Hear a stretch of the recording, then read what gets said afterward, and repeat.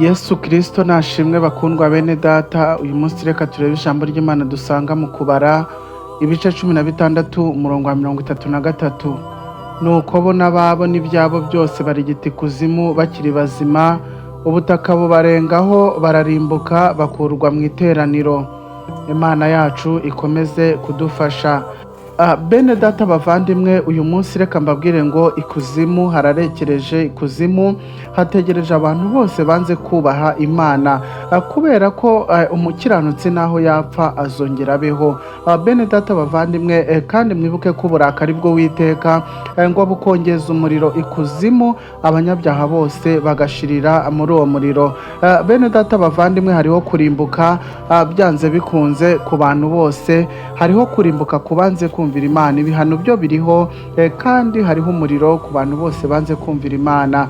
Uyu munsi rero reka nkubwire ngo urupfu byanze bikunze ruriho, nubwo ruriho ariko impfu ziratandukanye, kubera ko uwubaha Imana n'utubaha Imana ni ukuri urugendo rwabo ntabwo ari rumwe. Ukwiriye gukorera Imana rero ni ubuntu, nta kiguzi, kandi ni ukuri ukaba umunyakuri mu buryo bwose, Imana ikakugirira neza. Irinde icyaha, kandi wirinde kuva mu byizerwa, kubera ko hari ibyago bikomeye ku bantu bose banze kumvira Uwiteka.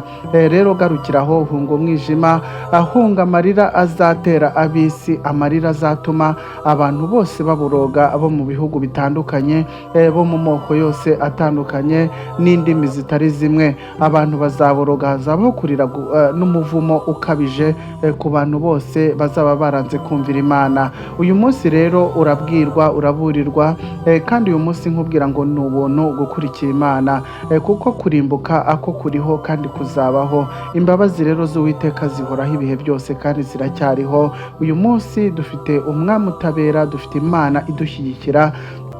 Rero reka nkubwire ngo uyu munsi hunga urupfu, hunga umuriro, hunga umunsi mubi uzatera, kandi uyu munsi uraburirwa mwene data muvandimwe. Uyu munsi rero Imana iri kuguhamagara, kandi Imana iri gushaka kukubwira ko igihe ari iki, kandi ko igihe cyo kwihana kigeze ku musozo. Iherezo rya byose riri bugufi, uwezwa niyere, kandi n'uwanduye nawe agumye yandure, niko ijambo ry'Imana ritubwira. Abantu benshi uyu munsi babayeho mu binyoma, abantu benshi babayeho mu buriganya, abantu benshi babayeho batabasha kuba bavugisha ukuri. Ariko reka mbabwire ngo hariho kurimbuka gukomeye kubanze kumvira Imana. Uyu munsi umvira imiburo y'Imana, kandi wumve ijambo ry'Imana icyo riri kugutegeka uyu munsi. Umuburo rero urakwiriye ku muntu wese utuye kuri iyi si.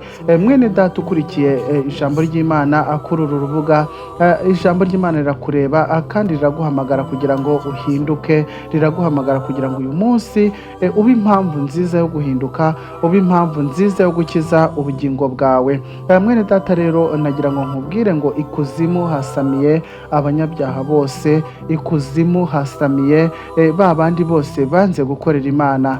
Bavandimwe bene data, reka dukorere Imana, reka dukore imirimo myiza yo gukiranuka izaduherekeza. Ni ukuvuga ngo rero uyu munsi nta tegeko na rimwe rirengera umuntu wese ukora ibyaha kandi akabigumamo.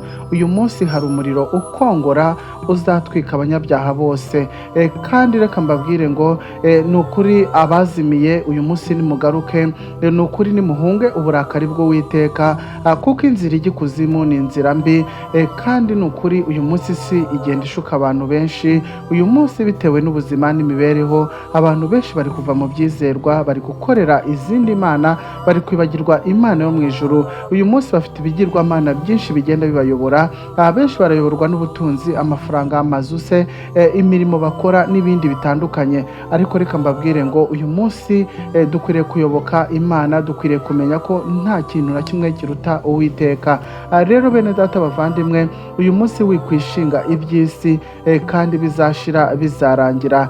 Rero uyu munsi mfite ijambo ryo kubagarura, ryo kubabwira ngo nimuhunge umujinya uzatera, nimuhunge ikuzimu, nimuhunge ibyo bibi byose bishaka kumira abera b'Imana, bishaka kubuza ubugingo benshi. Ahubwo wowe uyu munsi ugaruke ubineshe, ubitsinde. Imana iri kumwe nawe, kubera ko tubonye ko abatubanjirije ubutaka bwabamize bagakurwa mu iteraniro.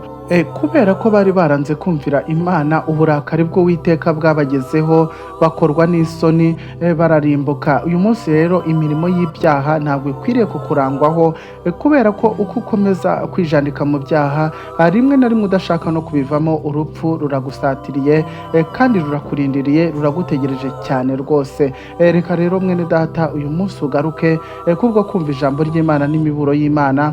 Uyu munsi garukira aho ngaho, uyu munsi Imana iragushaka, uyu munsi iragutegereje, kandi ubuzima bwawe buzaba bwiza niwemera guhinduka, niwemera kugaruka. Isi yigushuka, Imana yacu iracyakeneye abaza bayigana, Imana yacu iracyakeneye abaza bayisanga. Uyu munsi rero nawe garuka, nawe hinduka mwene data muvandimwe, haba bonzi haba bo ntazi, ndi kubabwira ngo nimuhunge urwobo rw'irimbukiro, nimuhunge kuzimu, nimuhunge uriya muriro utwika ukongora uri kuzimu, ahubwo muze dukorera Imana, kubera ko uwizera Imana nabibabwiye naho yapfa azongera abeho. Ishimire kuzabaho ubugingo bw'iteka, cyangwa se ubuzima bw'iteka ryose. Wishaka kuzarimbuka ngo urimbukanwe n'abanyabyaha, ahubwo kwihana ni ubuntu. Imana yacu ntabwo yaka ibiguzi, Imana yacu ntago igira ibiciro, Imana yacu itangira ubuntu. Nawe mwene data ngwino uhabwe ku buntu imbabazi n'Imana, kubera ko Imana yacu igira imbabazi, ariko iyo winangiye umutima ukanga kuyumvira, ni ukuri Imana iraguca kandi ikaguciraho iteka, kuko iyo wanze kuyumvira mu gihe yaguhaye amahirwe, mu gihe yakubwiye ngo garuka mwana wanjye ndagukunda, ariko ukanga ukininira, nawe uzahura n'ingaruka z'ibibi. Mbibutsa ko hariho ibihano ku banze kumvira Imana, ariko ku bakunda Imana mwese muhumure, mushonje muhishiwe. Imana yacu ikomeze iduhane umugisha, Imana ikomeze itwiteho mu buryo bwose. Hari impamvu nyinshi zatuma ukorera Imana, hari impamvu nyinshi zatuma ugaruka ukaba uw'Imana.